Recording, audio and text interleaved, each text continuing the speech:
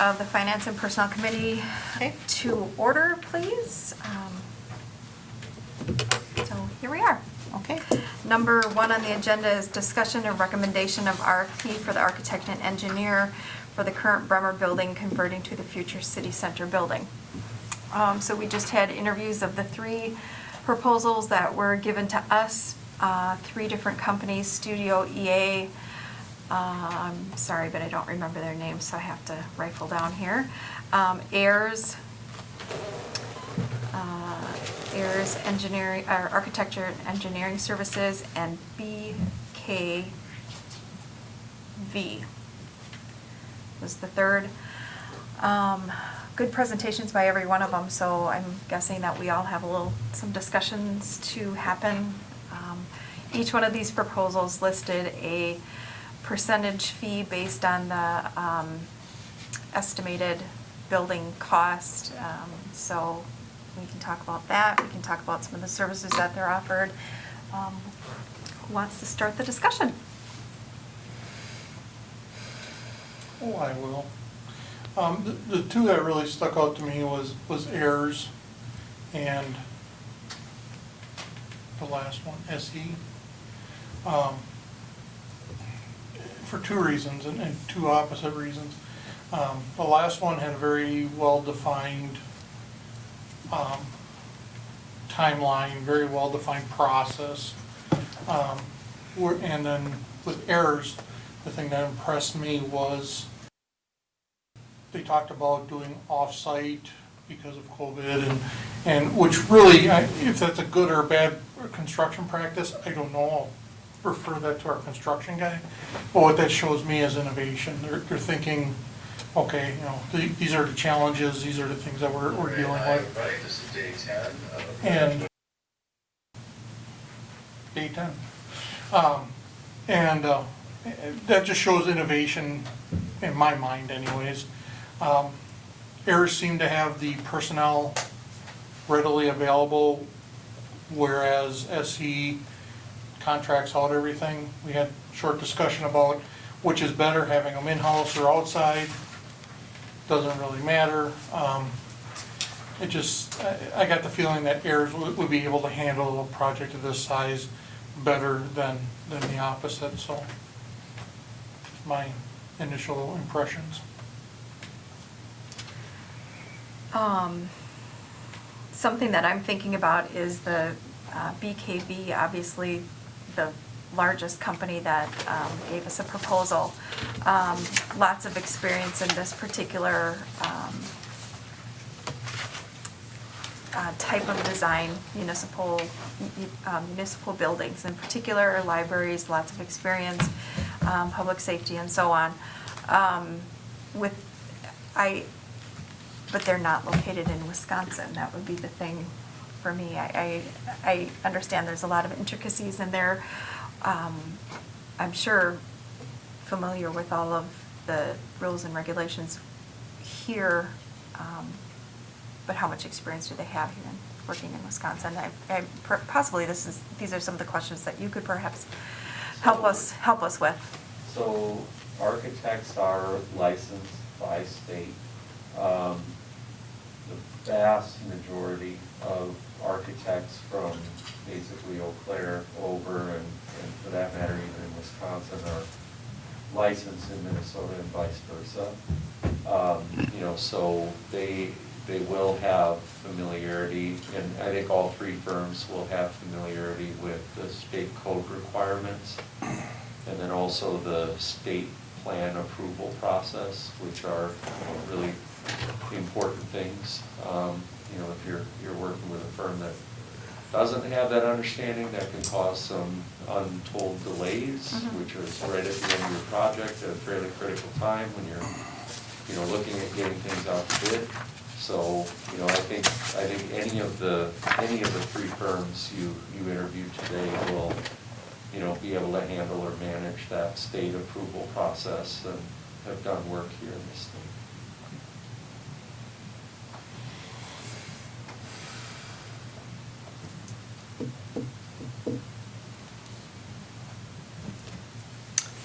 I read them all. I I didn't get a chance to get here early enough to see the first two interviews, but I guess based on past experience and the submittals that they made, I like Ayers really well. They've been familiar with a number of jobs that have been done in the city, and I don't know that I've ever heard anything on a negative basis about them, so you're kind of right, you know, you just pick the short straw, really. I don't think you can go too wrong with any of the three, but we're at least somewhat familiar with theirs. Is that gonna benefit us in the long run in that they've already been in the building and had the opportunity to review different components, the HVAC and plumbing? Is that gonna be to our benefit that they won't have to do some more of that discovery? Or will that benefit us at all? Only if they drop the price, Right, because they've well- already been there to do it, you know. That's, I guess, the question I'm asking. I don't think so, No, it's more of a function of time, Mhm. you know. yeah. Time-wise, it would benefit us, because they probably wouldn't have to be quite so as thorough, and because they've been there already. Or they would end up being more thorough because they already have seen what's going on. you know.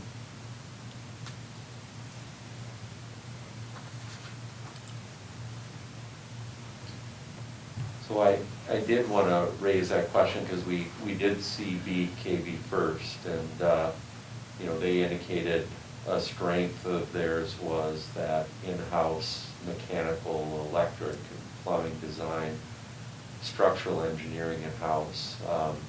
You know, when you see different models out there, Ayers showed you a model where they have their structural engineering in-house, but they don't have their MEP work in-house at all. And then you saw with EA Studios, they don't have any of it in-house, so they basically contract out for the structural and their mechanical, their electrical, and their plumbing. You know, and I think, you know, in asking the question of the second interviewers, I was doing that in part to give you guys a sense that there are different ways to skin the cat. Having worked with all three of those firms, I'm not convinced that there's a perfect way to do it, that one way is better than the other. So, you know, I wouldn't encourage you to factor that into your decision-making process as you're looking at the three firms. So to me, I think, you know, one of the things that often can get overlooked as communities are looking at, or counties or other municipalities are looking at, you know, defining or identifying a firm, is what's the right personal fit? You know, were there folks that related to you, that resonated with you? Because y'all are gonna end up spending a fair amount of time with them.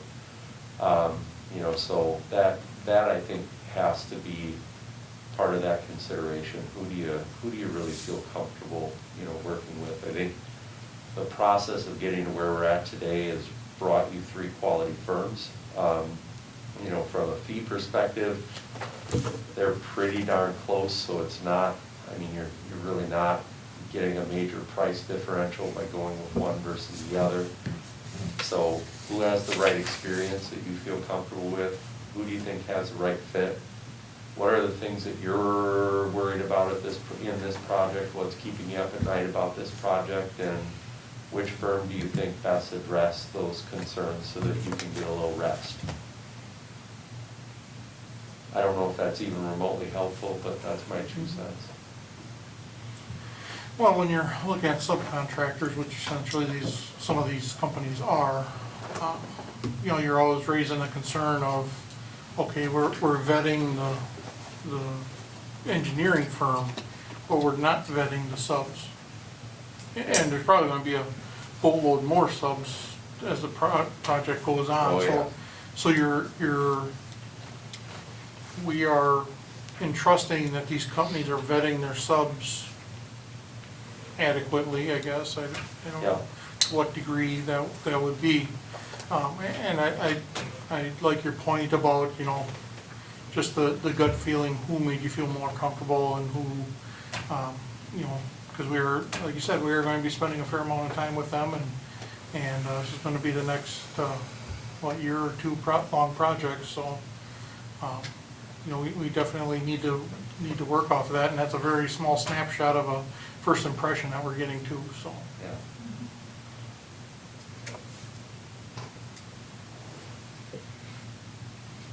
Seeing we're from Wisconsin, to hire a firm from Minnesota, we're all gonna have to take a lot of questions. Why? That's probably my only input on it. Otherwise, they're all good. Or they all would get the job done.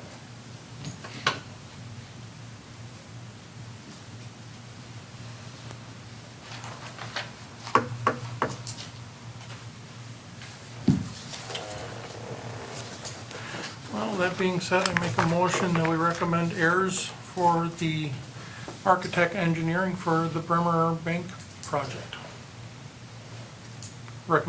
Make it a recommendation to the city council for approval, I guess. I'd second it. However, just because we have a diverse group minus Jerry, I'll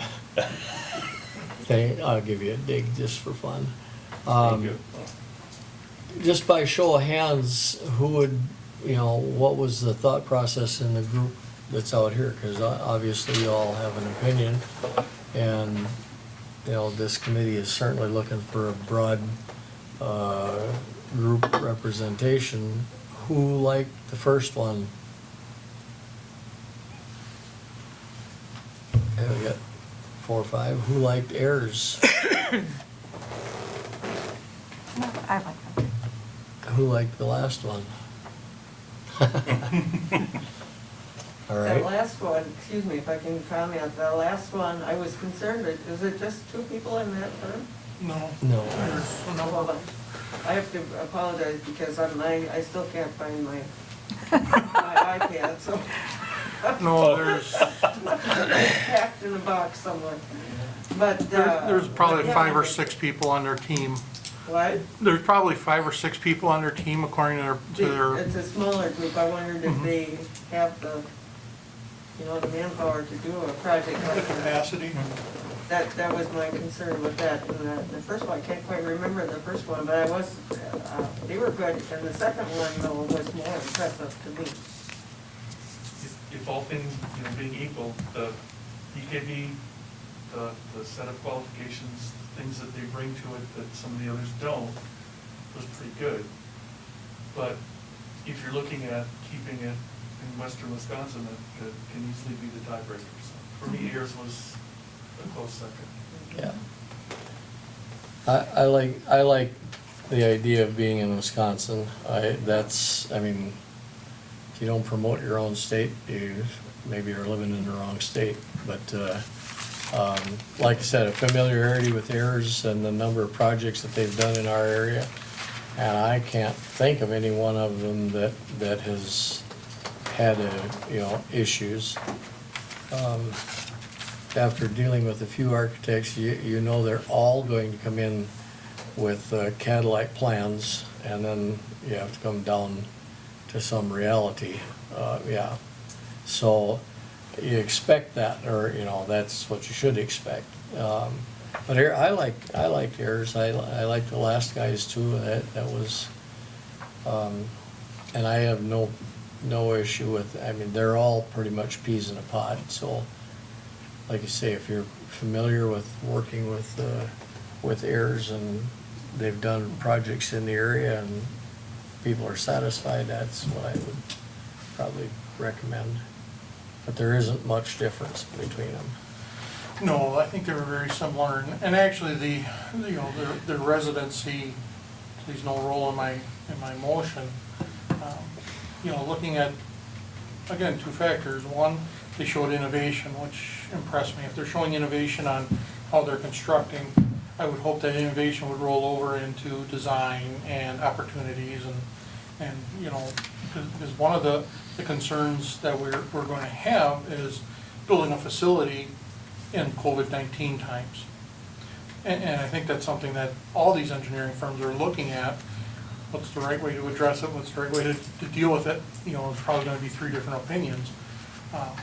But then the other factor was like James said, the comfort factor. They felt, you know, my first impression, my immediate impression is they felt like they could work together well. They felt like a team. They spoke very, you know, I felt like I was engaged with their conversation, and they gave me the best feeling, which is a very unobjective way of evaluating people, but. Yeah. Well, when it comes down to it, I think that's of utmost importance. Do you feel comfortable with who you're gonna be working with? Call the question. All right. There's a motion on the floor that's been seconded, so all in favor? I, Aye. All right. So for clarification, then this motion will go before the city council for their consideration or approval at the next meeting. Yes. And until that point, the city has not formally made a decision relative to a selection. No. correct. Correct. Thank you. Okay, moving on. Number 2, discussion recommendation for snow removal of sidewalks.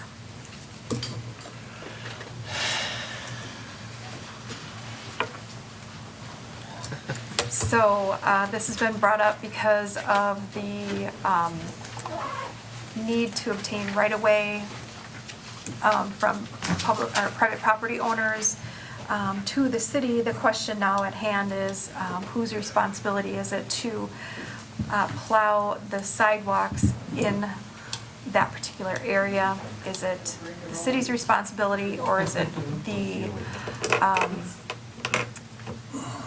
occupant of the building that fronts the street? So our ordinance indicates at this point in time that the owner, occupant, or person in charge of any parcel of land or lot which fronts upon or adjoins any sidewalk should have 24 hours to remove the snow and ice to a minimum of 4 feet in width, et cetera, et cetera. The other part that I've read this over countless times, trying to figure out what the best solution is going to be with how everything is written. Under B1, referring to improper deposit on sidewalks, no person, firm, or corporation shall deposit or cause to be deposited in or upon any public sidewalk in the city of Amory significant amounts of snow or ice taken or removed from the property privately owned or occupied, except for parcels located in the C2 Central Business District where existing buildings are constructed within 5 feet from the street right away and on the sidewalks. So what that says to me is that we're talking about this district, correct? This is the area that we're referring to right now? Mhm. Am I correct? You're correct. Yes. I mean, it indicates right in the ordinance that it is the occupant of that building, it's their responsibility to clear the sidewalk to the street. That's how I read it. That's my interpretation, that really nothing has changed, nothing is going to change when it comes to the ownership of the sidewalk or the right-of-way. Right. That's my interpretation. I think that that's what what's up for discussion at this point in time, is how is it being interpreted, and what is the general consensus of how we handle this going forward.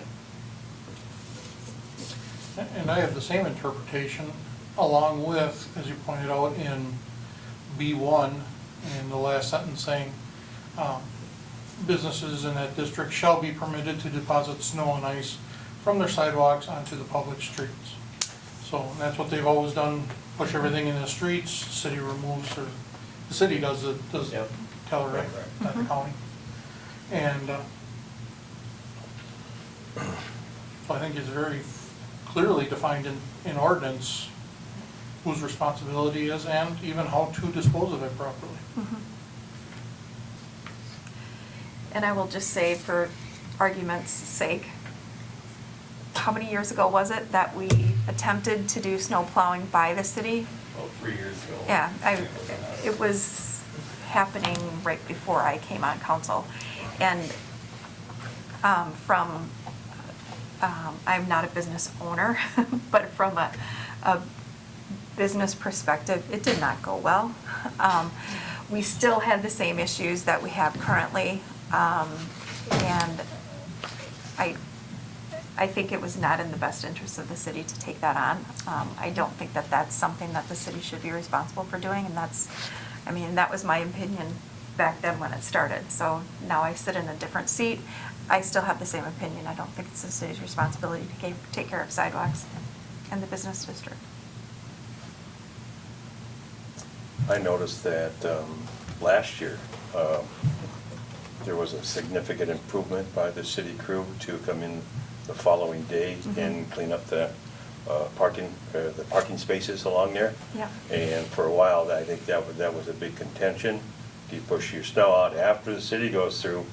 And then they're working and there's people parked in the streets when they're there. But I think they must have sent someone in early last year and. They come back the day after every time almost. Yeah, it worked out really nice. It worked, I agree. Yeah. I agree completely. I think last year was a great year, and it's not that we didn't have snow, we had a lot of snow. So, I agree. I think having it made clear, at the beginning of the season, because I think everybody needs a refresher of what the rules are and what the timing is, as to when the city's gonna go through and expectations going forward. As far as I'm concerned, nothing has changed and nothing is going to change unless we make a decision to do such. The only change I would suggest doing is that I think that 12 or 24 hours? 24. It says 24. That's way too long. Way too long. First, But on is the it- weekends, that's the problem. Yeah. Some of these smaller shops don't come in on the weekends. So it ends up being 48 hours if it snows on Friday. but that doesn't alleviate our problem with the sidewalk, though, that somebody doesn't come in on the weekend. So it just seems to me that if you don't have the snow off within 12 hours of the time it quits, It ain't coming off. it ain't coming off, then it gets to be a bone all the time is if the city takes one guy's off, after 12 hours and the other guy's left his on there for 11 and a half and then shoveled it off, who's gonna pay, yada, yada, yada. Well, So again, in I- the ordinance, it's defined. Yeah, If the city removes it, then the owner gets the bill. Yeah, the only thing I would say is I think 24 hours is too long of a time to let that go. And if you own a business on Main Street and you can't get your snow off in 12 hours, maybe you should think about hiring a kid with a shovel or something to do that in 12 hours. Well, if you own a business on Main Street, you get it off as quick as you possibly can. Absolutely. I mean, Unless you're not there. yeah. And then some businesses are only open on weekends. The professional, I don't know who, other than the folks that are, their business is closed, and we have a couple of those that would be more of a challenge for them to get their snow off because the business, the building's sitting there empty. But otherwise, maybe a word to that group of people and says, if your snow ain't off in 12 hours, we're gonna take it off and you're gonna have to pay the city rate. Otherwise, I agree with, seems to me if you own a business on the street and you're in business, you would want your sidewalk clear to make your customers feel comfortable about coming into your business.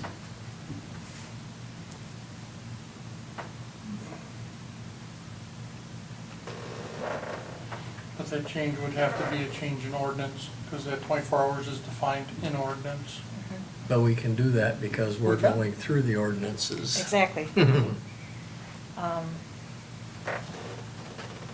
Now, if it quits snowing at 6 o'clock at night and they don't have it removed by 6 o'clock in the morning, does that count? Well, you know, the city crew is gonna be out there before that, moving Right. the snow. Yeah. I guess, you know, maybe there has to be something that says, maybe, you know, you have to have an inch or 2 inches of snow or something like that.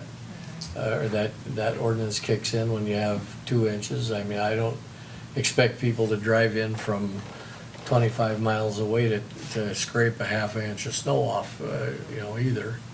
What do you think, Jeff? Inch or two? I would say 2 inches what we plow, that's kind of what our, Right, 2 inches you plow? yeah.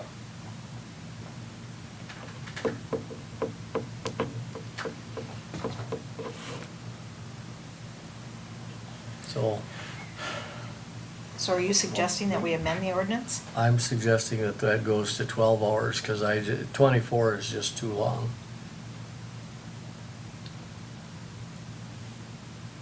The snow that we've had the last couple of years turns to cement in about 4 hours after it quits usually, so unless that changes dramatically.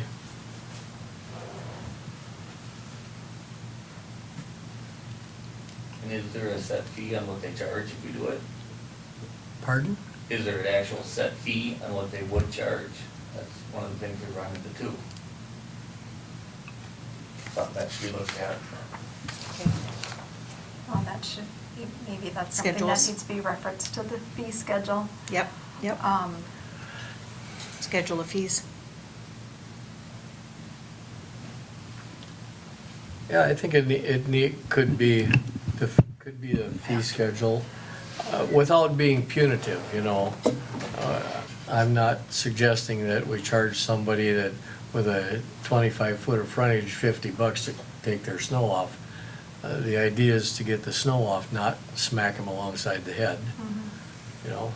Well, it's referencing section 1-3-1. I don't know what that is. Should we instead have it reference the fee schedule? Correct. So how is this gonna be enforced? I think Public Works gonna, I think you'll see if there's a problem, right? If I get a taser.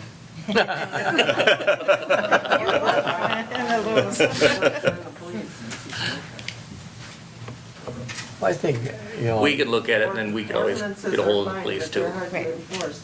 Yeah. Well, so does there need to be any clarification as to what the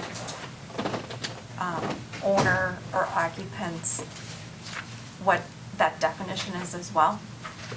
We define sidewalk, do we need to indicate, something I was reading in here that would be helpful?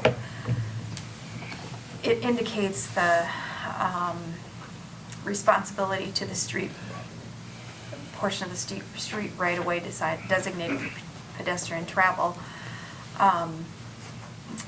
And would it be helpful to also state in there from building to curb to make it more defined? And how about landlord versus tenant? Correct.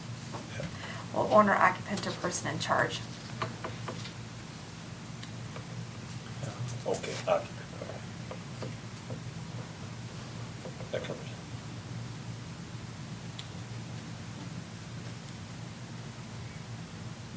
it. Everybody's got unique challenges with it. Mhm. At my building down there, we scrape the snow off and then the county comes along and Puts it back on.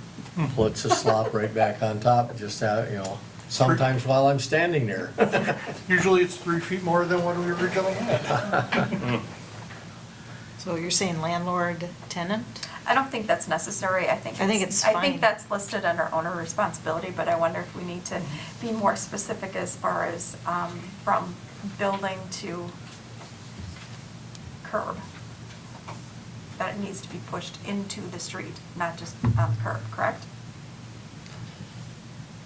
but we don't want all the parking lots in the curb from, you know, like, say, family restaurant or, you know, Village Pizzeria. So, But that's a parking lot and Yeah, not, I and not a understand, yeah. sidewalk. So I guess in this particular instance, we're referring to the sidewalks. you know, Um, I think that'd be fine. Then the other question is this gonna change at all when the road diet happens and the roads are redone? We'll have parking along the curb and then bike lanes. So to me, this is not gonna change at all going forward. I'm just thinking ahead, does the verbiage need to change at all? If we're changing it once, let's just change it once. That, yeah, yep. And I don't think it does, I don't think it's I'm going asking to. the question. Yeah, I don't think that the road diet is a factor. No, I don't think so either, but. So do you want me to sit down with Mayor and we'll get something together and then present it at City Council? Or do you want to bring it back to Public Safety? and Bring it to- back here first. Yeah. That's the process. Yeah, so we'll bring it back and have you folks at Finance and Public Safety look at it again. Mhm. Look at the actual agenda, or ordinance. Yeah, I think that works. Okay. Okay, number 3. Sorry, I was gonna hold and wait, but I will just as well say it now. I think the 12 hours is a good idea, but is it more effective to say between the hours of X and X, there can't be more than 2 inches of snow on Main Street? Right, because when does it start and when does it end? I mean, what we want is Main Street open and clear between these hours. Yeah, So maybe that's a cleaner way and more enforceable. I think a lot of communities do that. Yeah. So between the hours of Or daylight. daylight, yeah. I can look at other Very communities. much in December. Right. That's like every Right. hour, so. Yeah, so I don't know if that would So food necessarily for work, thought but on that, but. that's a good point, Chad. Yeah. Okay. We'll word it. Mhm. That's Okay. something that works, and then we'll We'll bring it give you back. choices. Then we'll bring it back. All right, moving along. Discussion and recommendation, MSA Amendment Number 2 to include application assistance fees for Wisconsin DNR Clean Water Fund. And it actually is, the original agreement acknowledged that. This is the cost of it, for them doing the amendment to the contract. Okay, because we've already seen this, have we not? We've seen the contract, but this is our fee. Okay, Yep, so that's stated, and, so, so yeah, that's the only thing that's being added onto here is the Correct. actual cost. The And I cost. feel like we already talked about that. we did talk about it, but there was not, it was always to be determined. Okay. And this is actually showing the actual cost. Mhm, So- okay. Okay.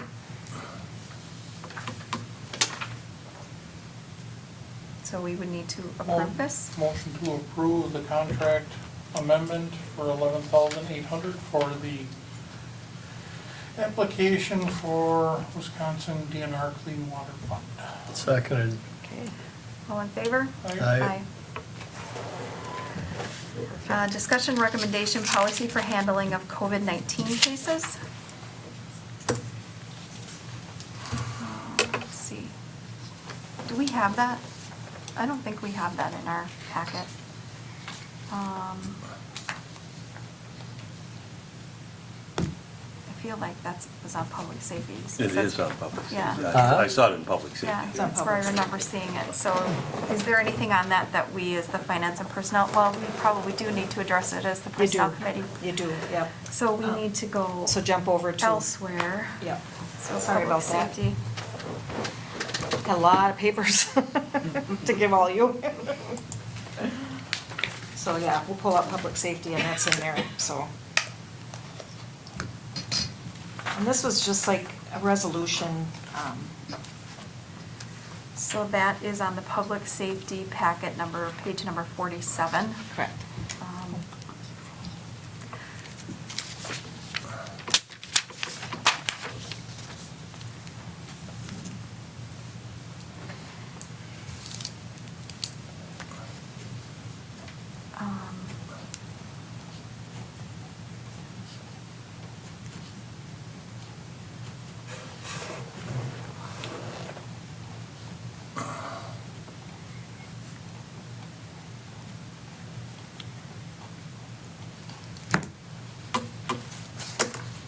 And I think we're really trying to figure out how,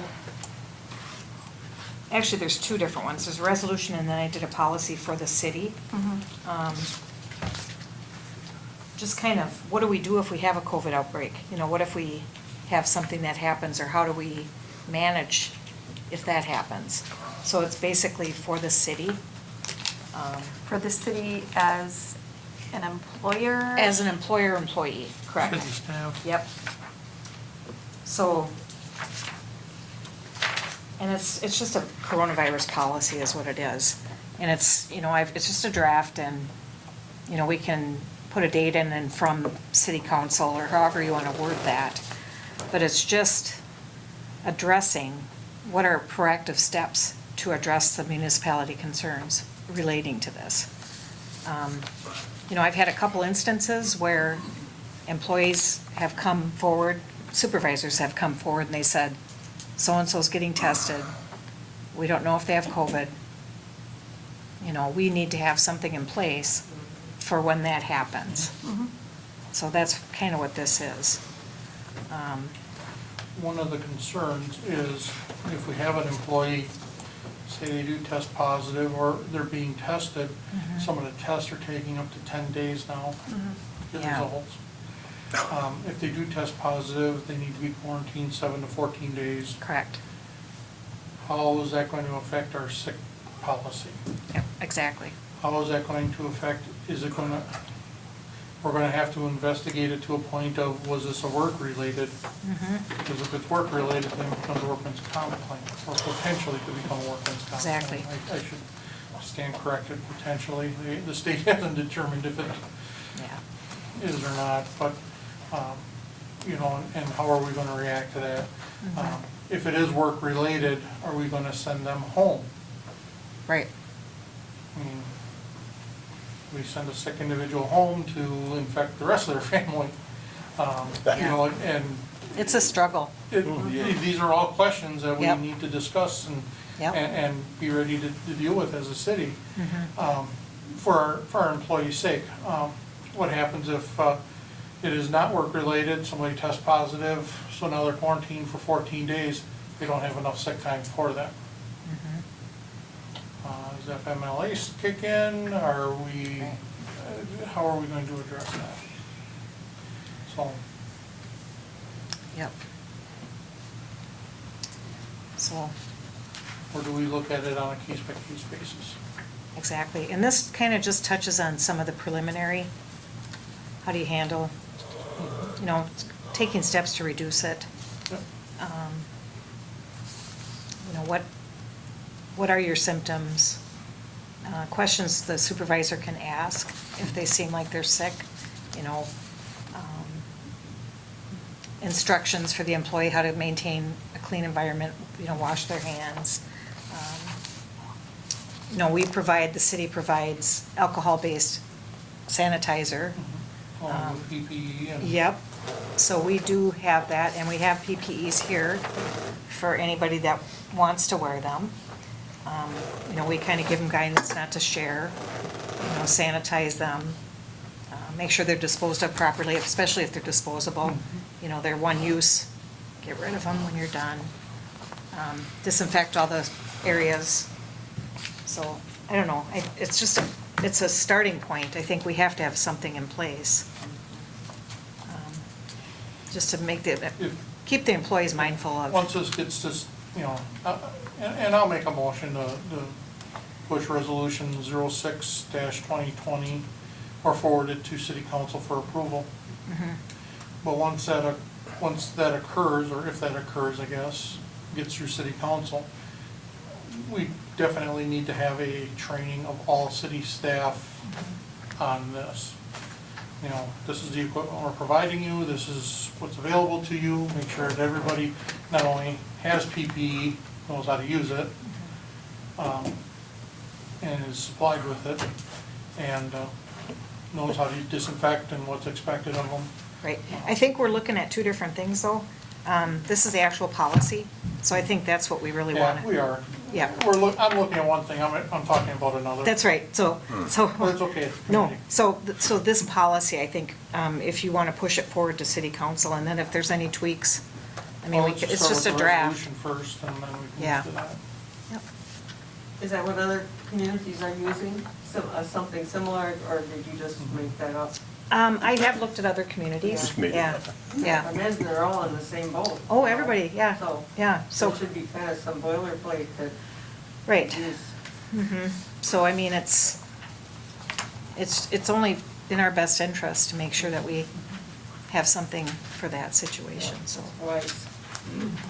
Well, and I feel like it's hard to, it's hard to say exactly what we're gonna do, because it is truly a case-by-case basis. However, the supervisors need to have some guidance as to what they're supposed to do as well. Right. So, A policy's always a good idea.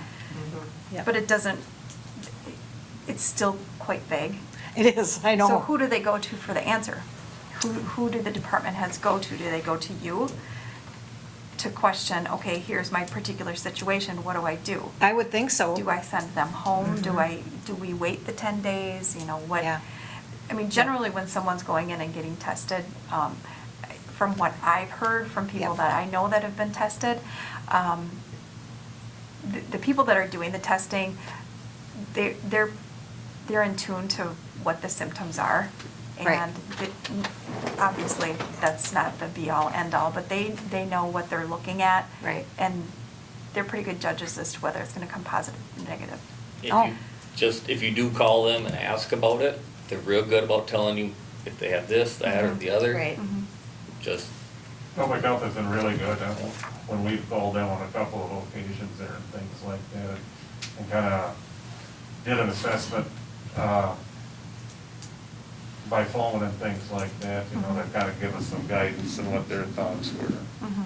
And I think the supervisor, can ask the questions, like, are you exhibiting these symptoms? And then when they call the clinic, we've got somebody who's exhibiting these symptoms, we want to get them tested, which is what's happened. yes. Yeah, so, And I think as a city, we need to be very liberal with the sick time. That way people do come forward and say, hey, this is what's going on. right, If there's that fear that, well, I'm gonna have to burn up all my vacation and all my PTO and I'm not gonna have time, and if there's that animosity, they're not gonna get people coming forward, which means that the infection rate's just gonna spread because they're gonna be Exactly. hiding the symptoms. yep, So I think if we take the stance of, we'll be very liberal with it if this becomes an issue, because yeah. we don't want the employees here getting arrested, the employees. Oh, for sure. Well, infected, and so. the supervisor knows, they work the closest with, especially in the case of public works and public safety, they work with the individuals, and they can certainly tell if something's wrong, especially if they come to them, they have. Does that anybody know what those temporal relationship. scanners, temperature scanners cost? We just bought 2 of them. They're about $50-$60. $50. We have a couple of them at the, Why don't we just arbitrarily do that when you come to work in the morning? Well, we've got one. We could. So policy-wise, seems to me that would take a lot of the heat off the supervisor if we just made the policy that, until further notice, that when you come in, you walk by, you get your temperature scanned. If you're above whatever the 100. recommended rate is, 100 or 100.5? Huh? It says .4. 100.4? Yeah. If you're over 100.4, see ya. Or display any of the other symptoms. Right. Yeah. What we did in Clear Lake is we have just that, we have a no-touch scanner. Mhm. You take your temperature when you walk in the door, there's a list of 5 questions. And you that- record it right there, so. No. No, you don't? No, HIPAA, Pardon? HIPAA. Yeah, but it's on the employee, if they're over 100, they contact the supervisor or display any of the other symptoms. So it puts it on the employee to be honest about it and to be forthcoming. But I think the other employees feel the benefit of it, that at least the city's taking it seriously and screening these people. You know, everybody's getting screened as they come in the door. Well, we have a couple of them, so, and you have a couple. Yes. I think the most important part of that discussion is that it becomes policy so that you can apply it equally and consistently. Mm-hmm. Otherwise, you have other issues. Right. I mean, it's a suggestion here, it's a currently recommends.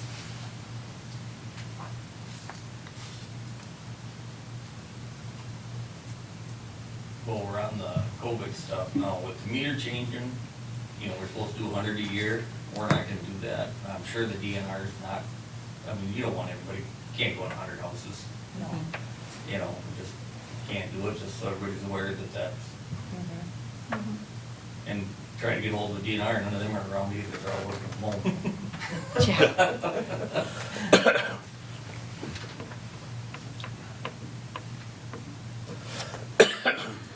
Anyways, I made a motion on the resolution.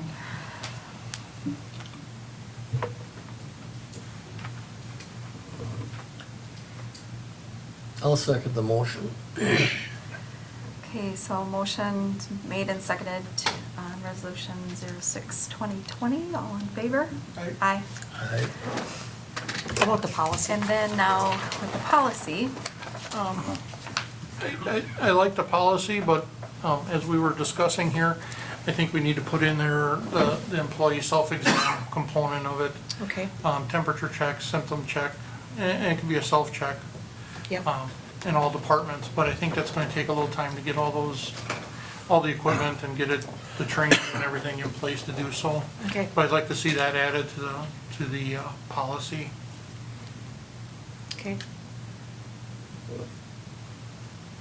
Along with ensuring that all city staff have access to PPE, proper use of it, disinfecting techniques, et cetera. okay.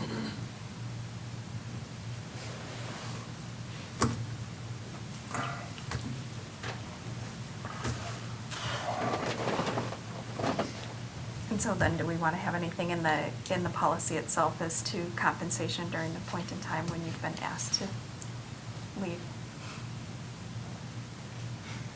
I know we've talked about this before.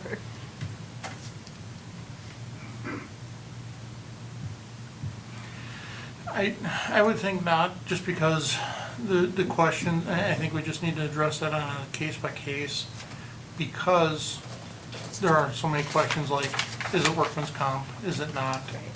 Where was the exposure, et cetera. And really, in order to do any of that, you're going to have to wait until the test results are back. Now, I would assume, would we, as the city, pay for the tests if we send them? I don't know how that works. If we send them, yeah, we have to pay for it.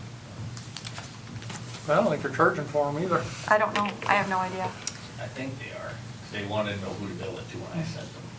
Yeah, yeah, we had an Yeah. instance, so. Yeah, if we send them, I think the city. Definitely, I said, bill the city. You know, we do the same for an alcohol test, we do the same for Right. fitness for duty tests. Yep, that's what I did the last one, so. Yeah, okay.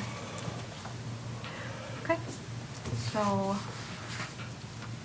do I have a motion to forward to the council the COVID-19 coronavirus policy for employees? I will make that motion with the addition of the, as we discussed, the self-exam or employee self-test and implementation of that.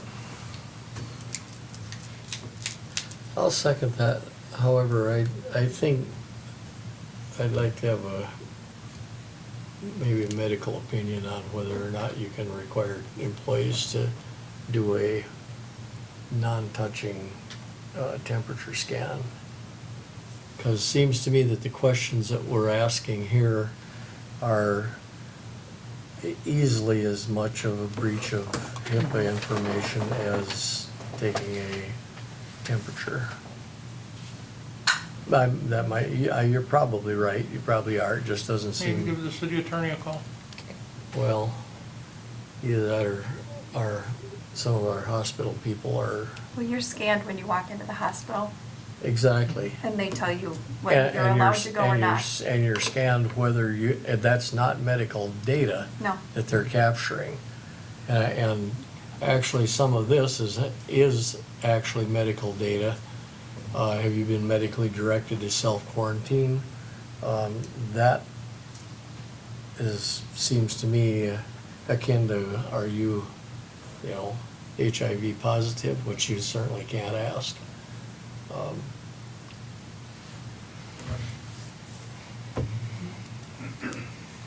Otherwise, I think we could probably run that by, Dr. Surs had a medical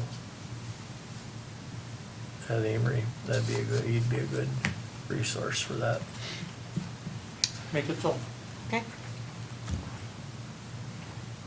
Okay, motion's made and seconded to forward to the council with a couple of, or one addition and a clarification.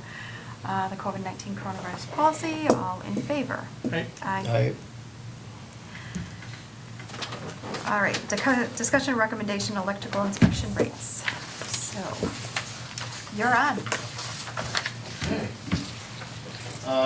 I put together a summary of the current REM inspecting fee schedules. It encompasses both the building permit fees, inspection fees, as well as the admin fees and things like that, so you get a full feel of everything on there. As far as the electrical, specifically addressing the electrical, obviously when we issue a new permit, whether it's a 1 or 2 family dwelling or a commercial industrial type facility, the electrical, plumbing, HVAC permits are all included in one big permit kind of thing. So if it's a new structure, your electrical's already incorporated in that square footage, we come up with a square footage number to come up with a fee schedule for the permit on a new building. Now, if it's an addition, alteration, something like that, for example, over here at Freedom, they're redoing the gas pumps, they're trenching in new electric lines, they're pulling new wires in, those kinds of things. It falls under the category of addition alteration, number 10 there, which is basically $80 per inspection type for residential, $125. So essentially what we've been doing is just charging $80 per inspection for a rough inspection. So if we go out there to do the rough inspection of the buried underground, if you do another rough inspection because they need to see something in the panels. So it's basically $80 per inspection on the electrical side, if it's a final inspection. So that's kind of how we've been doing it as far as REM inspecting. To follow up on cost basis based on what the state's doing, currently SBS 30235 is the new addition that they've added to the state fee schedule, which also coincides to $80 per inspection fee type thing. So it kind of mimicked what the state has in their fee schedule.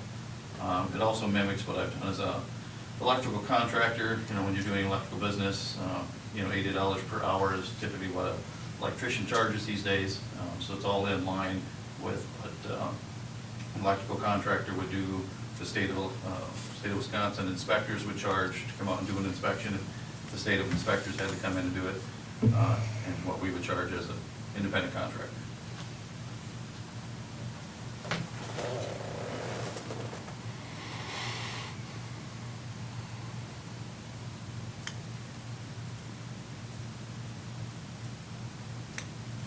Okay, so is anything changing on the agreement that we actually have in place, or this is just for further clarification on the fee schedule? Correct. So when we did the initial contract, the original Schedule A that was submitted at that time included the $80 fee at that time. So it's pretty much similar to that. The state of Wisconsin has put together a fee chart. So for example, if you do a 400 amp service, they're going to charge $80. If you're going to do a 1200 amp service, they're going to charge $160 kind of thing. I don't have that fee schedule itemized in my business, so it's pretty much a flat rate, $80 per inspection kind of thing. Or if it's a project that needs more attention, then it's like a contractor, $80 per hour kind of thing. So, or if it's a commercial type project, it's $125 kind of thing. So they're basically the same. There is some differences than what I originally submitted versus what's in here, Okay. but they're very close. Dan, the fee for a manufactured or mobile home, what does that cover, the $250? So the $250 covers the slab and tie down inspection. It covers the utility connections, plumbing, electric. So that's included, the electric is included in Electric's that? included in that, the plumbing connections included in that, and the exits from the dwelling, so 2 front and back exits, so they should have their platform and steps going down and out of the building, make sure that's in compliance with SPS 321. So basically construction or whatever they're gonna do for exiting, the electric, plumbing, and their foundation.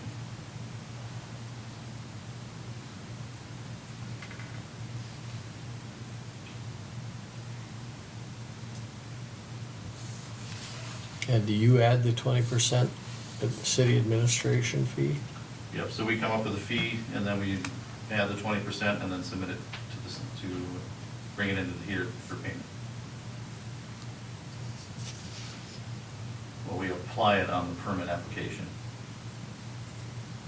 So that the customer pays that total fee, 20% of that is gonna go to the city.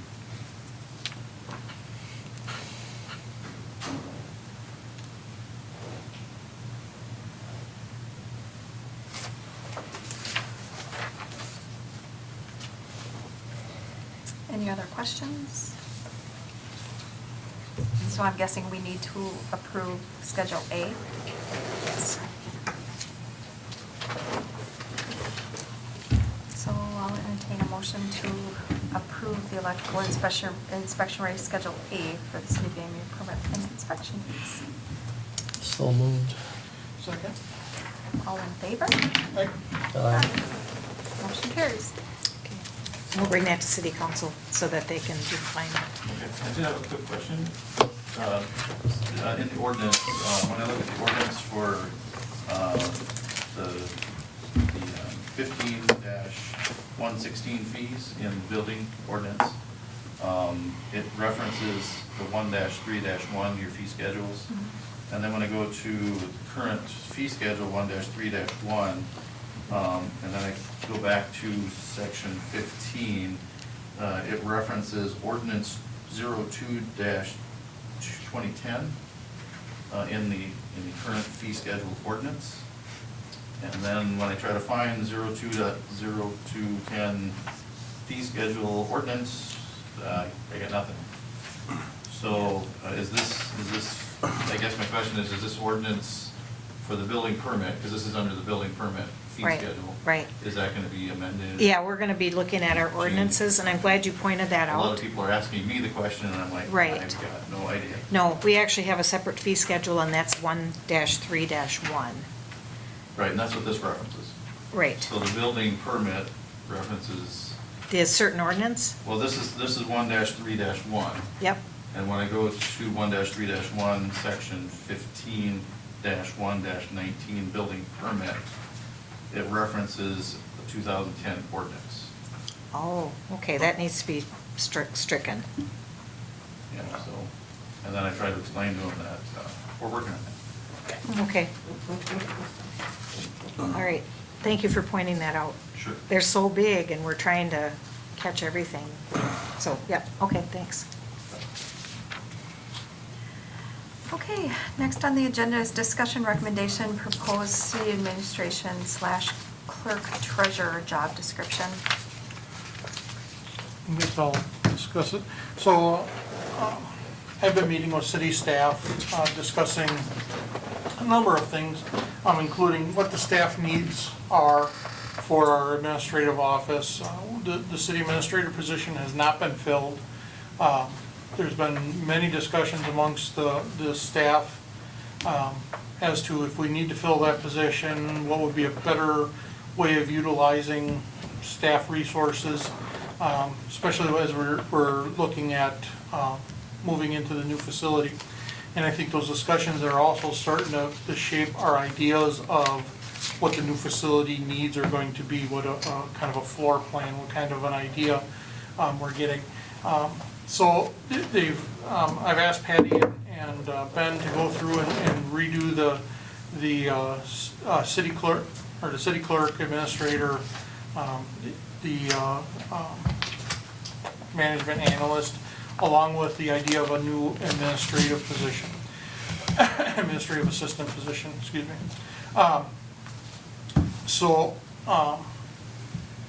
In short, and tonight, I'm not asking for a motion on these three, on items 6, 7, or 8. This is just kind of being thrown out there for discussion, for ideas, not only at personnel, but then at council. One of the topics that came up was the addition of an administrative assistant for the new building. Somebody that can be that first point of contact for when people come in off the street or the phone rings, so that you don't get the phone tree anymore. You're going to get a live person, and that seemed to be one of the big sticking points that a lot of the staff had. Was it's really nice that when somebody calls City Hall, they get a live person, and I would agree with that as well. But this person's going to be that first point of contact, so that when people come in off the street, they have somebody that's there that can handle utilities, that can handle building permit questions, that can handle, all the day-to-day normal routine activities that walk into the building. And we're not interrupting, municipal clerk, we're not interrupting utilities and getting them distracted, because they're answering the phones all day along with doing their own work, and it can become very distracting. Along with that, looking at revamping the job titles, merging different tasks with different employees or different job titles, just to make things more fluid, make things work better, more collaborative within the front office. And one would be taking Patty's position and renaming it the city clerk / city administrator. We can call it whatever you want. We're not sold on the titles. That seems like a very long title so I think just whatever we come up with. But looking at some of those job duties, one of the other concepts that we talked about was, instead of having a city administrator, one bringing in this administrative assistant or a couple part-time assistants that could overlap so that we don't have vacation and off-day issues. And also being able to contract with services as needed. For example, last year we hired Jonathan from, where's he from? Clifton Larson. Clifton Alan. Larson to help us with the budget. All the city employees said probably one of the best budgeting years we've ever had. Some of these employees have been here many, many years, 20 plus years. And for them to say, hey, this went really, really well, and they're not directly involved with the process themselves per se, I thought spoke volumes on the value of being able to do this. One of the other benefits of having contract employees is if that contract employee or contractor is not meeting our needs, isn't fulfilling what we need them to do, we can always search for other people out there and other contractors. One of the other ideas was elections, because elections are so time consuming, the record keeping, etc. Is perhaps hire on a contractor in a very short time for dealing with elections. This year was a burden. I shouldn't say a burden. It was a very busy election year. We had 5 elections. We had COVID-19, a lot of moving parts, a lot of things that needed to be dealt with. Next year we'll probably have 1, 2 maybe. 2. So it's going to be a much less busy year. Whereas in 4 years again, we're probably going to have a 5 election year again, or at least close to it. So we can really kind of flex that ability of, can we bring somebody in just to deal with election issues?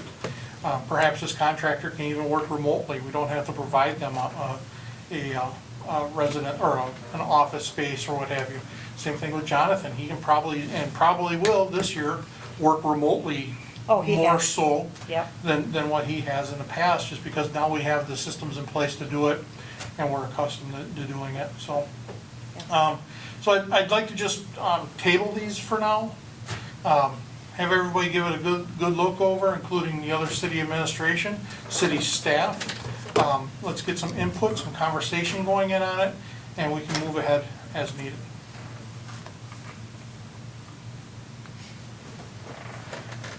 Okay, thank you.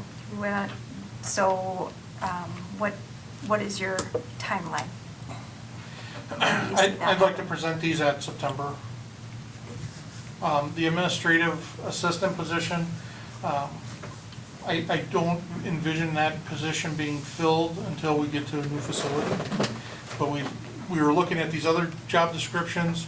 I have Patty come up with a job description just to have it in place and ready to go when we move. Okay. Good. I think positive steps to get everybody on the same page and also be thinking outside the box for where we're going Well, and forward. I think we're looking at job tasks more than titles. And I think that's important.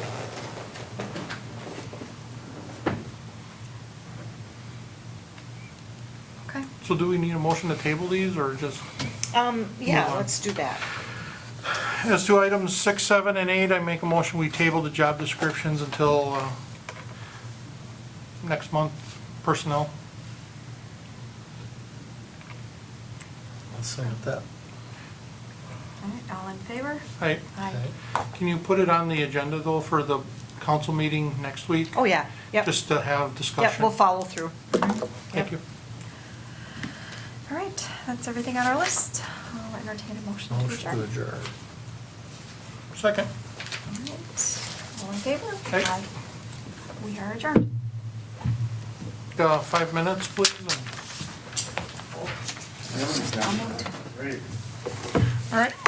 And call the July 28th, 2020 meeting of Public Safety Committee to order. I would like to welcome Eric Elkin, our newest council member and member of the committee. So welcome aboard. Thank you. Welcome. Item number 1, ordinance 04-2020, establishment of no wake zone on the Apple River. This was brought up at council last month. I asked for it to come back to committee just for a review. This ordinance is to establish a no-wake zone on the Apple River near the northern boundary of the city. I don't know is that southeast side of North Park area? No, it is on, if you go to the tip of North Park, there's a cabin. If you look straight north, it's right on that point right there. Okay. So it's north of North Park, off of, the residences sit off of North Bend Street. Gotcha. Yeah. Now, with my, I contacted the property owner on the corner, and I told him we're gonna go into the public safety for discussion. I didn't get up there to get pictures taken for everybody, that was my fault. But there's a undercut of the bank, probably about this much. The bank has fallen down. I've gone through the ordinance here, and Tim, you're right, there has to be a public hearing on this.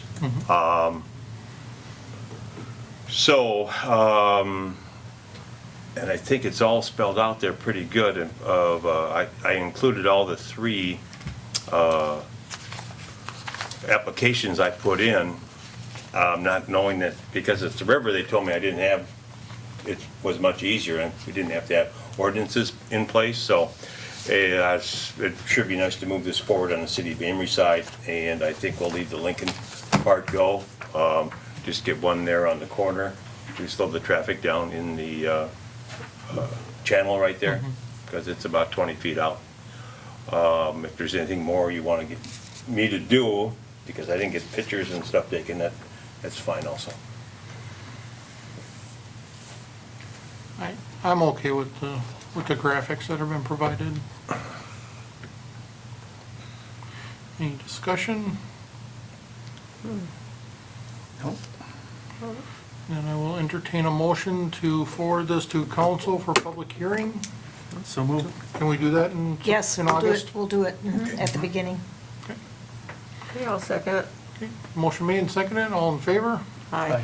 Opposed? Motion carried. Item number 2. Now I have to scroll through all your pictures. I got a lot of work into that. Discussion and recommendation for possible mask wearing due to COVID-19. And I know I have been receiving a number of email communications in favor and opposed to the mandatory wearing of masks in the city. I know this is a hot topic item nationwide right now, as to should masks be mandated, can they be mandated, in a large, everybody's got an opinion. On, we all have our personal opinions, however, my feeling is towards the city of Amory. We should highly encourage, and I see that somebody made up a graphic, was that Mrs. Isaacson, or? No, I told, I've been passing it around town to see what people want. This came back from Craig Olson at Acme Junk. Okay. He's gonna tie it in with Shop Amory. And in fact, it hit the Shop Amory Facebook page this afternoon, because he also has a decal that says masks are required. So if you want to, you can put that up and in your window. But he made them both available for the businesses downtown. So my thoughts on it are, I think what I would like to see the council do is make it highly recommended, highly encouraged that people utilize not only wearing of masks in public businesses, public forums, but also what we have been doing, social distance, proper sanitation practices. If you're feeling sick or symptomatic, self-quarantine, get yourself checked, etc. I like the wording too, highly recommended but not required. Because there are certain people who are not going to be able to do it physically because of some condition, health condition. But to highly recommend or encourage all these safe practices, including the wearing of masks. And I think if we did pass an ordinance, the enforcement of that ordinance would be, I think we'd be setting our police department and city up for failure. That's highly critical, and you can see that on the other places that have mask requirements and things, and the number of law enforcement agencies that are unable to or unwilling to enforce that, so. And I don't think it would be, I think it would, I think there's I don't want to say also- unenforceable, No, but I but think it would there's be. also a challenge if, in a small community, how much impact can you have in the whole, as a whole, because Right. everybody that is in this community is, working other places and going other places, so unless there's a statewide requirement, it's really, really difficult to put that into a mandate here. And so I think that the wording in, this resolution, 06-2020 is adequate.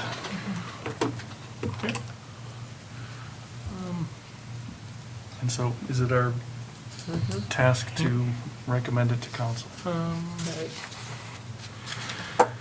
So the first recommendation would be to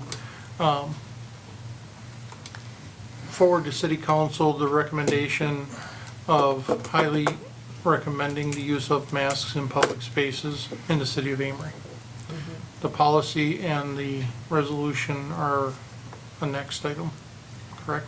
Okay. Yeah, we'll do the first one with the mask, and then, So I will Can I enter- ask a clarifying question? Does that then by extension lead to our employees? Our employees are not required to wear them, but it's highly recommended.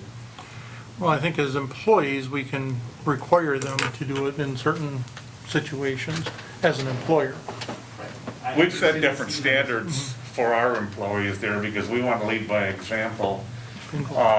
We've got, if you enter a hospital, jail, if you're on a traffic stop and the people, you can't social distance, if they're wearing a mask, and different things like that that we put into as directives there. So we are almost there for, Already? yes.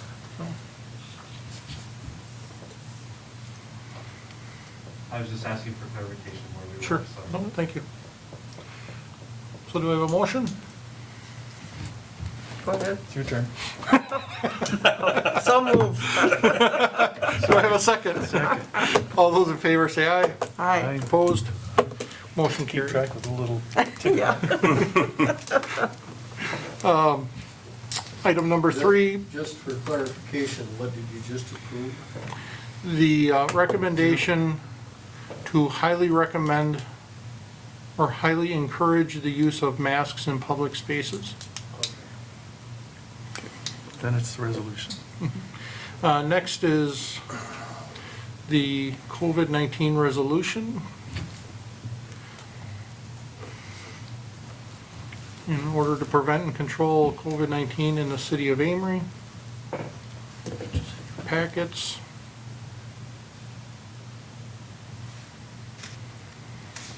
Would that be what we just listened to from the finance Yes. committee? Yep. It's the same thing, I think we were all here, so It was the your same. turn.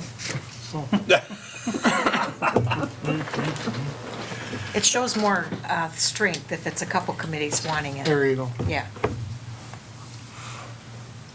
Yeah, I move that we recommend to the city council the policy as put forward. Motion made. Is there a second? Second? All in favor? Aye. Opposed? Motion carried. Next item is condemnation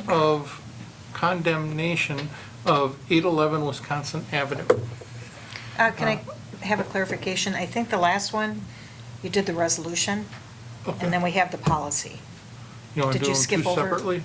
Yeah, let's, Okay. yeah. So if you just, So let's do the first motion as, what do you have the first motion on as the COVID-19 resolution? Resolution 6, 2020. Okay, Do I have a motion for the city policy? so moved. Okay. Second? Second. All in favor, say aye. Aye. Opposed? Thank you. Policy carries. Condemnation of 811 Wisconsin Avenue. Patty and I discussed this. There's a abandoned house at this residence, north side of town. Is not occupied other than by, it appears to be raccoons. There's photos in your packet. Okay. That's what it's looking like. And I did some research Inside. today. Yeah, it's inside. Just scroll. I actually called the county treasurer's office, and they haven't gotten back to me. Pretty awful. But currently, there's $40,000, over $40,000 in back taxes. Yeah. And one of the issues that we're running into with the county on these foreclosures is the county is not wanting to separate with the houses because then they have to front the money to the taxing entities. So that 40,000 it goes to the five or six different taxing entities, which means the county would have to front that money and then collect it in arrears. And the county is not willing to do that because there are so many of these types of properties out there, so we're running into a Not good. little problem with the county doing that. However, if they are becoming a sanitation hazard, if they're becoming a safety hazard, as this one seems to be coming very quickly, as for city safety and public safety and whatnot, I think we have to move forward on the condemnation process, so.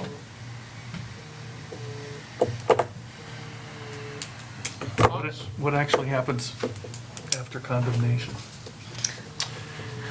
What we ended up doing on this we had a property down here, by Our Savior's Yeah, Church.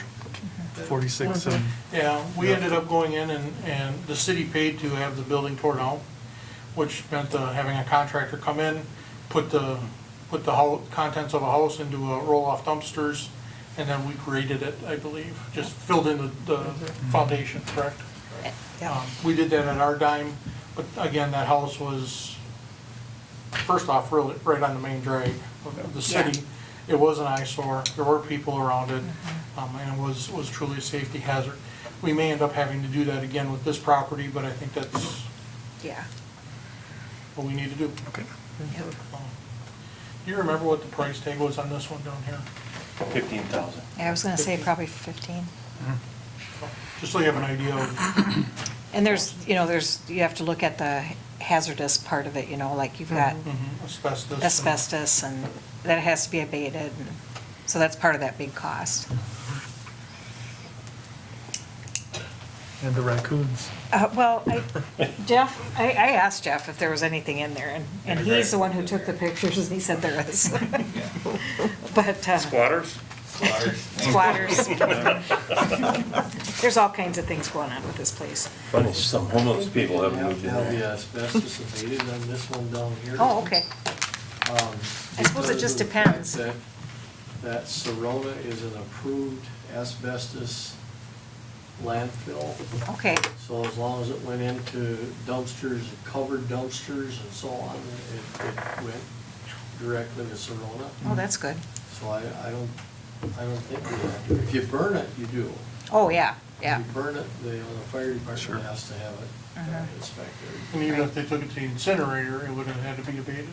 I don't know that, but going right to Serona is, that's, Now that you mention actually, it, I remember that. actually, that did not go to Serona, because there's a closer approved asbestos one, that went to, Jay, what's his name on the corner, or like, 3D dumpsters. Oh, That went to Minnesota. There's an approved, landfill over there that was closer. So, So I guess the first step, if you're going through the condemnation, we would have to have the building inspector inspect it and then tag it, with the yellow tape and then board up the windows, et cetera, until at such time we Decide what to do. decide, yeah, Okay. but we can start the process. so I'll entertain a motion to move forward with the condemnation of 811 Wisconsin Ave. I so move. Second.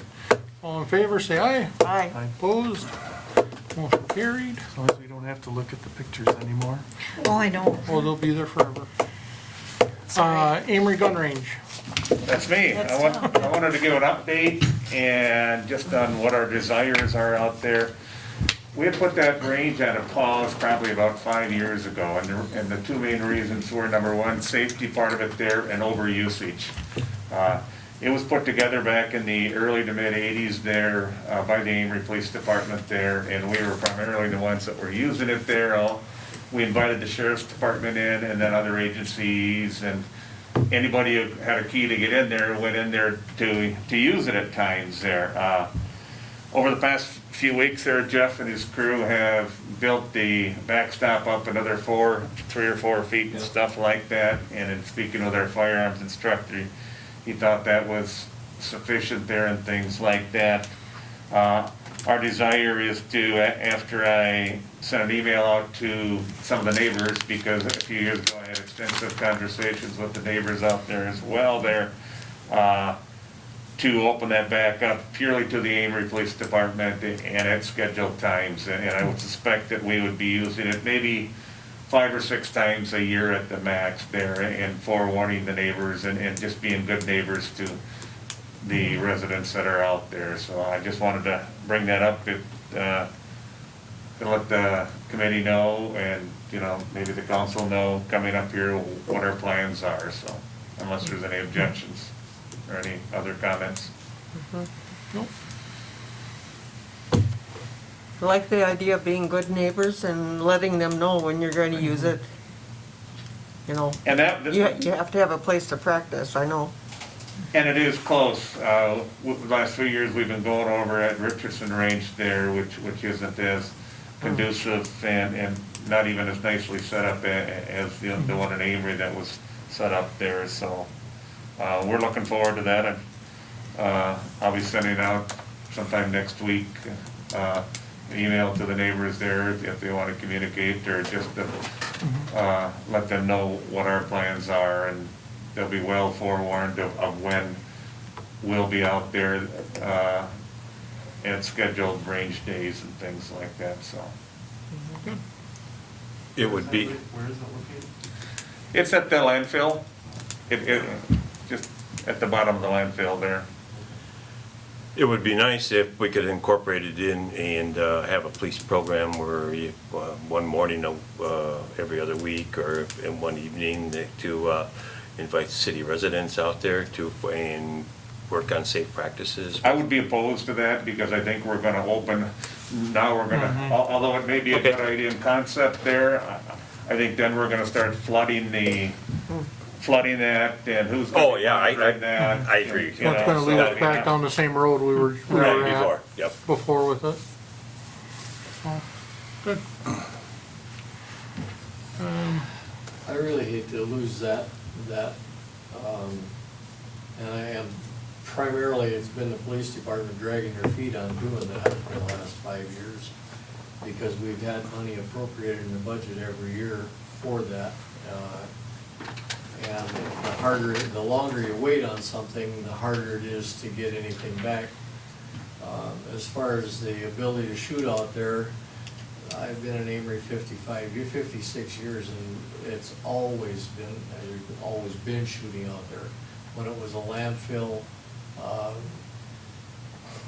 the only person that has an oar in the water at all is probably Larry Lindquist, because his house was there way back. But the rest of the folks that were up in arms moved in there while there was shooting going on. So it's like buying a piece of property at the end of the airport runway and then complaining about the noise. The shooting sports in the United States are enjoying a resurgence that's unprecedented. Our schools, every school in the area that I'm aware of now has a trap team, shotgun sports, and they're growing by leaps and bounds. I think Turtle Lake has 67 kids, something like that, in their trap Wow. team.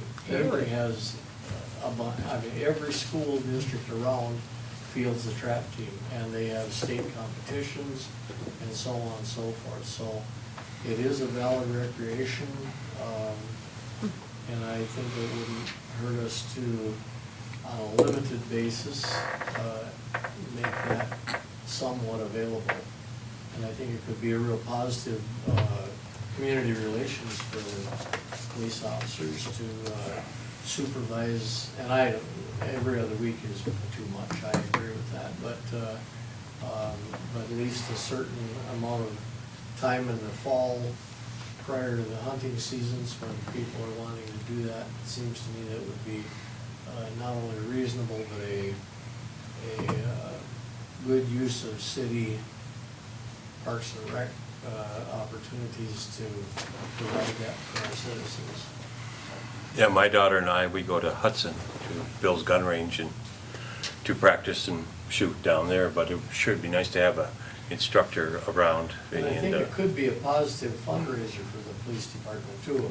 I've been places, and I don't know that there's any opposition to paying, for a certain amount of time. Do you have to pay at Hudson? Yeah. Yeah. $15 for a lane, unlimited use, so. Yeah, I've paid $5 and $6 for a period of time, maybe up to 40 minutes or something like that per lane. So I think it's something that we shouldn't just arbitrarily say, no, we're not gonna do it, because it does provide a recreational opportunity for the people in Amory. I think in order for something like that to be successful, it can't be informal.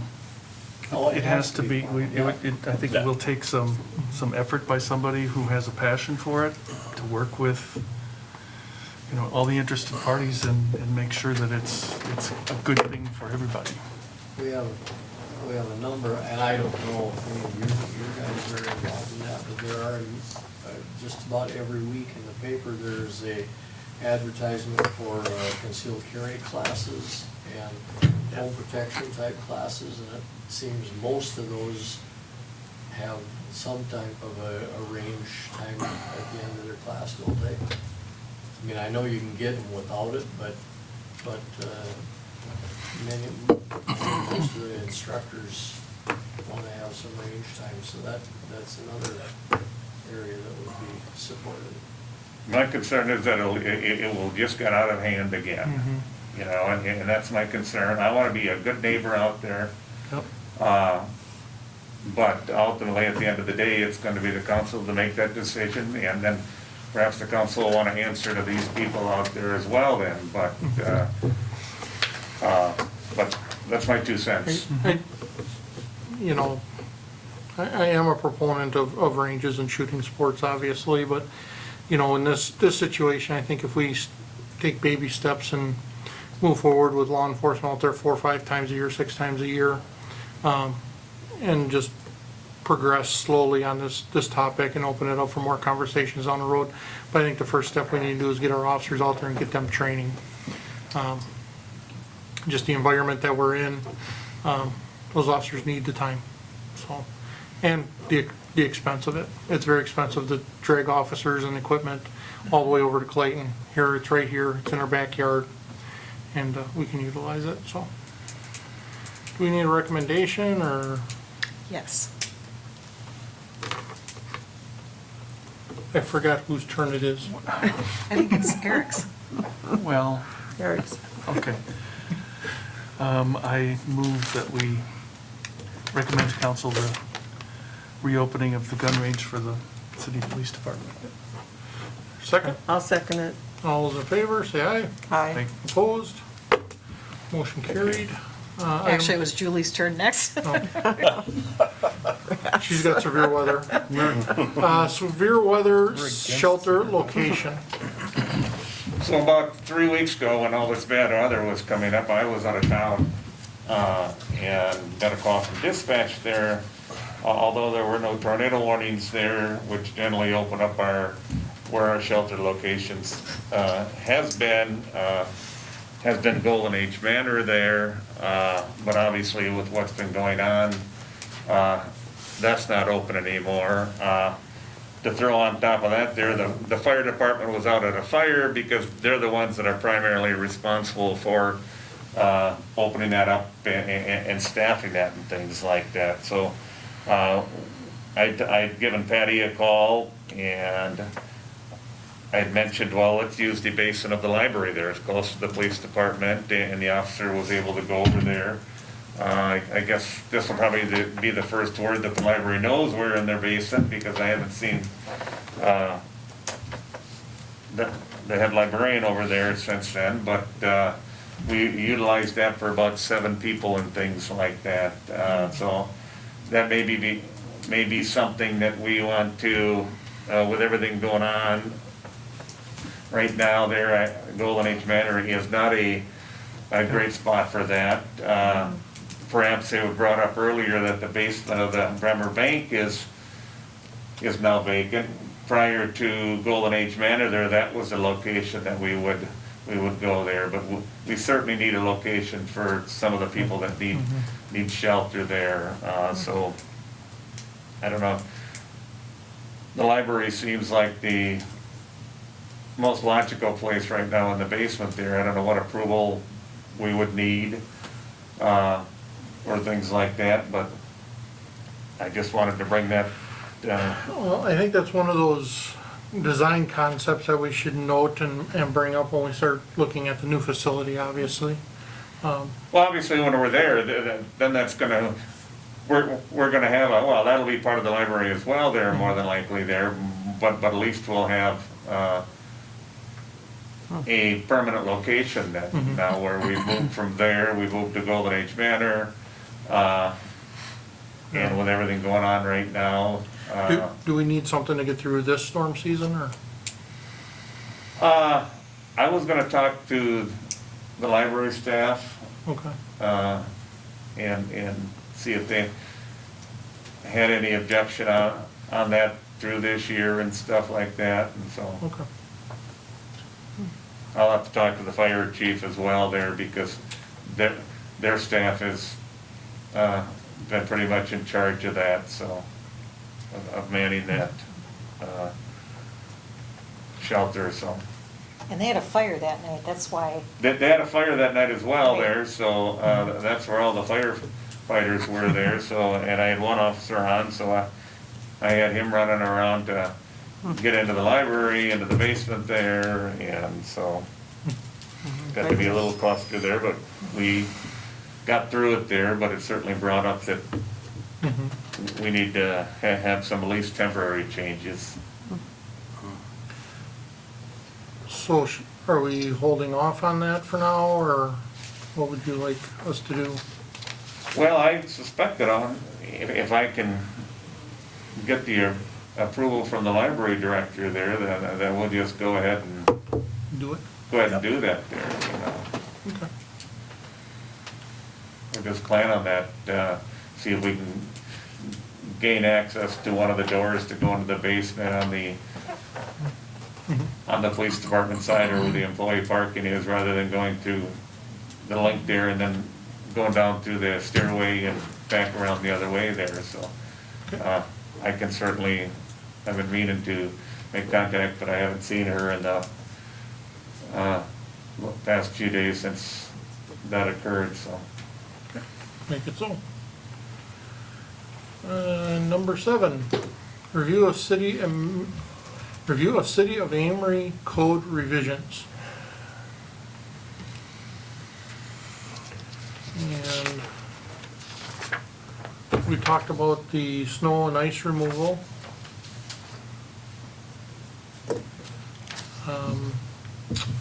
There's a couple other ones. Elections. And the change would be identifying the City of Amory Municipal Building as the official polling location.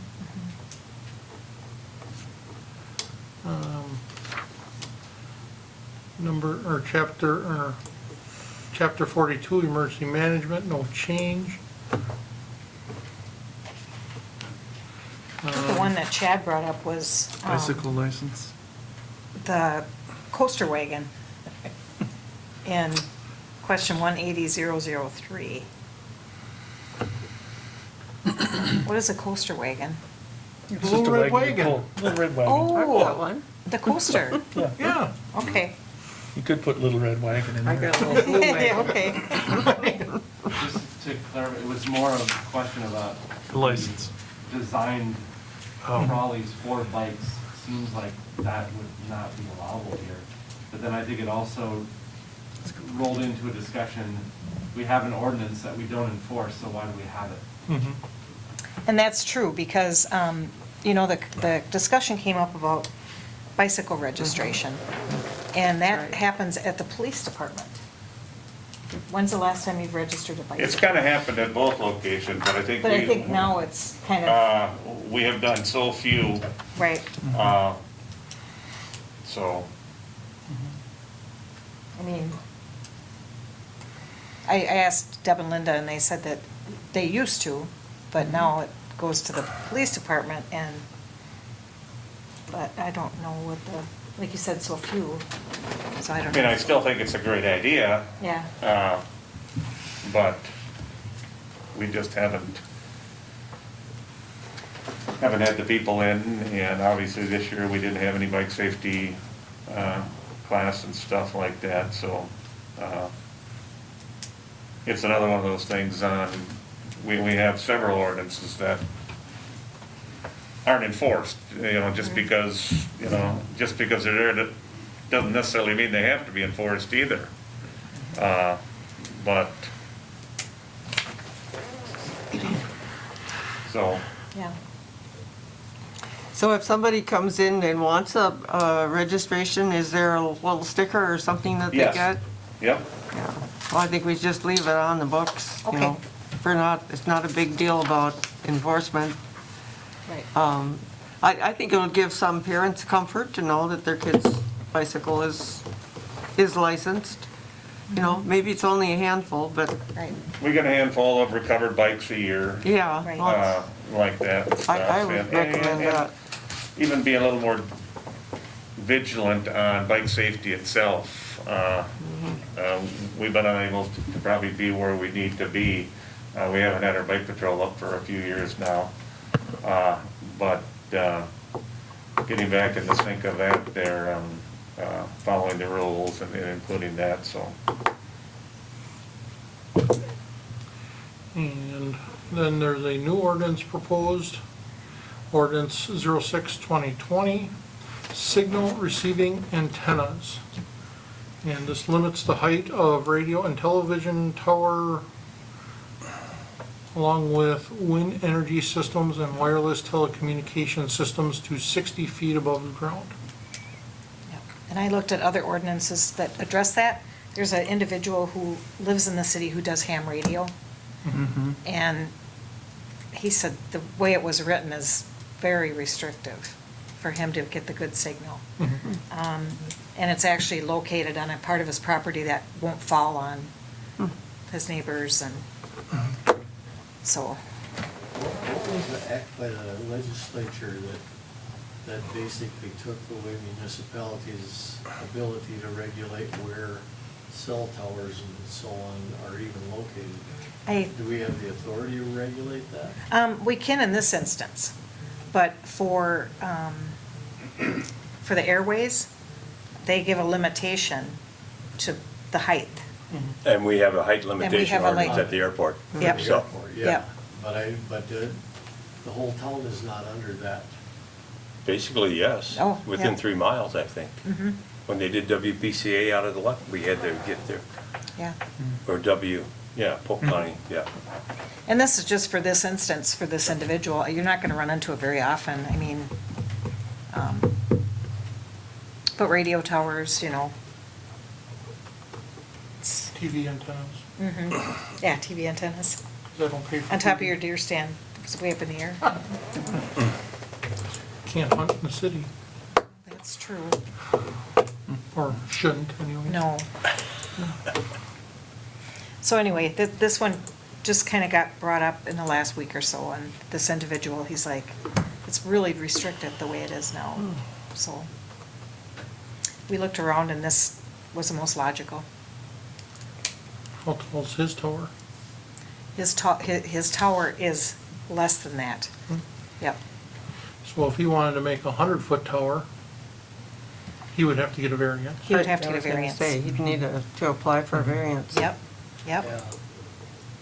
Then we'd probably have to okay that to the airport. through the Federal Commission. Aviation I was gonna Commission. say, 'cause the one out at the landfill, that cell tower is taller than 50 feet, Mhm. but it's located down the hole, so it, you know, So that, yeah, if it was if it was even at the top of the landfill, it would be another probably 50 feet higher in the air. Right. Which is the main consideration. mm-hmm, There is one that stops at landfill. There is one that stops at landfill. Yeah, but that's not very big. Oh, most 80-year-old man climbed up with a hooker up. wow. Seemed tall to me. Yeah. So I'll entertain a motion to forward the ordinances as listed, Okay. unless there's further discussion.